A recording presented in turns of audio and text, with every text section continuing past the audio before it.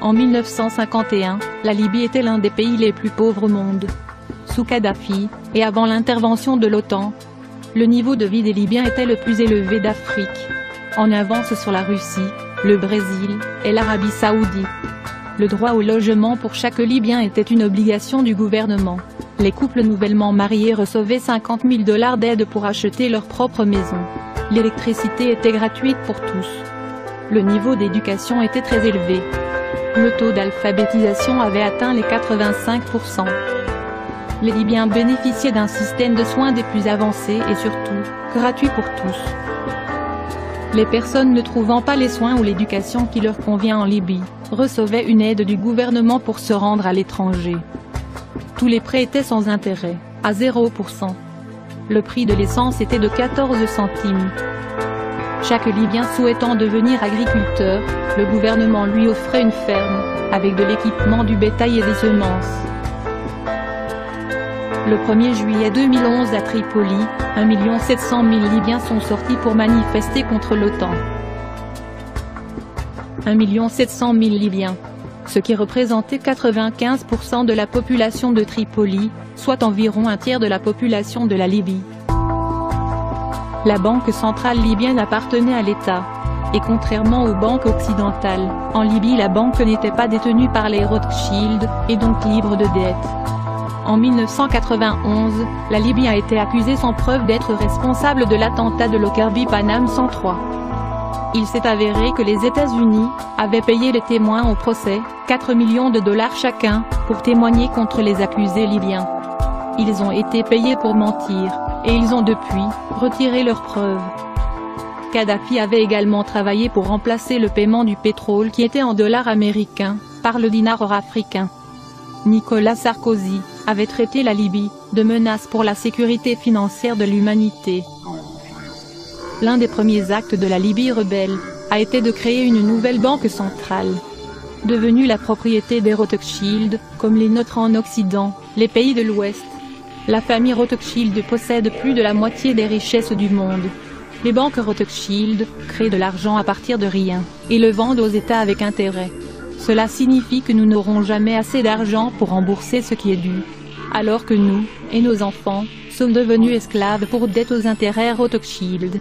Contrairement à nos dirigeants, Cameron, Obama et Hollande, Kadhafi avait refusé de vendre son peuple. La Libye était libre de toute dette. Les Libyens avaient beaucoup plus que nous n'avons en Occident. Ils avaient un chef qui avait de l'intégrité et du courage, et qui travaillait dans leur meilleur intérêt. Les Libyens se partageaient les richesses de leur pays, libérés du joug de l'usure et des intérêts. Sans la tyrannie des Rothschild et leur contrôle sur l'émission de monnaie, nous pourrions tous vivre comme des gens riches. On estime à plus de 150 000 le nombre des Libyens tués par l'OTAN et les rebelles. Kadhafi croyait en la démocratie directe, comme le prévoit son livre, le livre vert, The Green Book. Selon Kadhafi, les démocraties parlementaires sont intrinsèquement corrompues. Que les gens peuvent, et devraient se représenter. Après avoir cru les mensonges sur cet homme toute ma vie, son livre m'a étonné. Comment rester assis sans réagir, en regardant comment des individus et des pays sont diabolisés, détruits par nos gouvernements criminels. Et regarder les médias protéger ces personnes responsables de crimes contre l'humanité. Nous devons montrer notre solidarité avec les peuples de Syrie, de la Palestine et du monde entier. L'ex-ambassadeur russe en Libye, Vladimir Chamov, a déclaré : la population ne paie pas l'électricité. Les Libyens bénéficiaient d'un crédit de 20 ans sans intérêt pour construire leur maison. 1 litre d'essence coûte environ 14 centimes. La nourriture est gratuite. Les taxes et les impôts lourds sont interdits. Pour chaque nouveau-né, on reçoit 7 000 $. Les nouveaux mariés reçoivent 64 000 $ pour acheter un appartement. L'éducation et la médecine sont gratuites. L'éducation et la formation médicale à l'étranger sont payées par le gouvernement. Il y a des supermarchés pour les familles nombreuses avec des prix symboliques pour l'alimentation de base. La vente des produits au-delà de leur date de consommation est punie de fortes amendes, parfois même de prison. Beaucoup de pharmacies offrent des fournitures gratuites. Diffuser de faux médicaments est un crime majeur. La population ne paie pas l'électricité. La vente et la consommation d'alcool sont interdites, la prohibition est une loi. Les prêts d'achat d'une voiture ou d'un appartement sont accordés sans intérêt. Les affaires immobilières sont interdites. Si quelqu'un veut acheter une voiture, jusqu'à 65% du prix est réglé par l'État. L'essence est moins chère que l'eau. Les bénéfices de la vente du pétrole sont consacrés au bien-être de la population, et à l'amélioration des conditions de vie. Beaucoup d'argent a été dépensé pour irriguer le pays avec l'eau des aquifères souterrains, et par son échelle, le système a été appelé la 8e merveille du monde. Il fournit 5 millions de mètres cubes par jour à travers le désert et a considérablement augmenté le territoire irrigué. 4000 km de pipelines sont profondément enterrés pour les protéger de la chaleur. Tout ce qui a été nécessaire au projet a été accompli par la seule Libye. Hélène Chelestuk a déclaré: la propagande occidentale a diabolisé Mouammar Kadhafi en le décrivant comme un tyran pathologique, et un ennemi implacable des aspirations démocratiques de son peuple.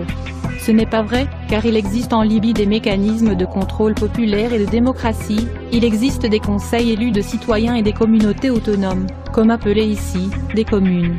Tout cela, sans bureaucratie pléthorique, mais avec un haut niveau de vie et de sécurité sociale pour les citoyens.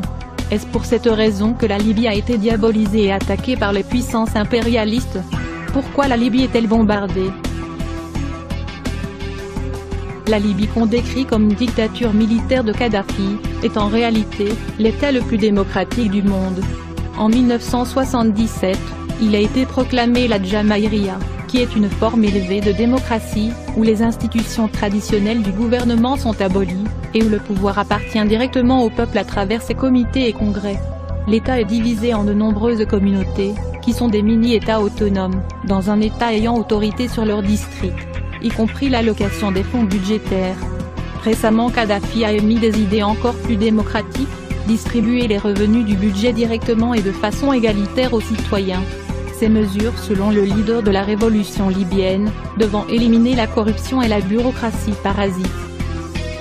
Il n'est évidemment guère étonnant que les médias dominants ne fournissent au public aucune de ces données, extrêmement révélatrices sur la nature réelle du régime libyen, car il est probable que tous les indignés à travers l'Europe réclameraient des avancées sociales calquées sur la Libye du colonel Kadhafi. Ce qui serait pour le moins embarrassant pour les si brillants et si compétents dirigeants du vieux continent. La diabolisation du colonel Kadhafi en Occident a pris une nouvelle dimension après les attentats de Lockerbie et du décès de l'UTA. L'Occident continue d'accuser la Libye d'avoir perpétré ces attaques terroristes, alors que l'excellent journaliste Pierre Péan a définitivement démonté cette fable. Les Libyens n'ignorent pas que le CNT est composé d'islamistes ayant servi en Irak, de personnages tels que Mahmoud Jibril, connu des lecteurs de Wikileaks comme l'un des interlocuteurs favoris des États-Unis, ainsi que des membres de la tribu Arabi, une tribu connue pour sa déloyauté vis-à-vis de Tripoli et pour sa négrophobie.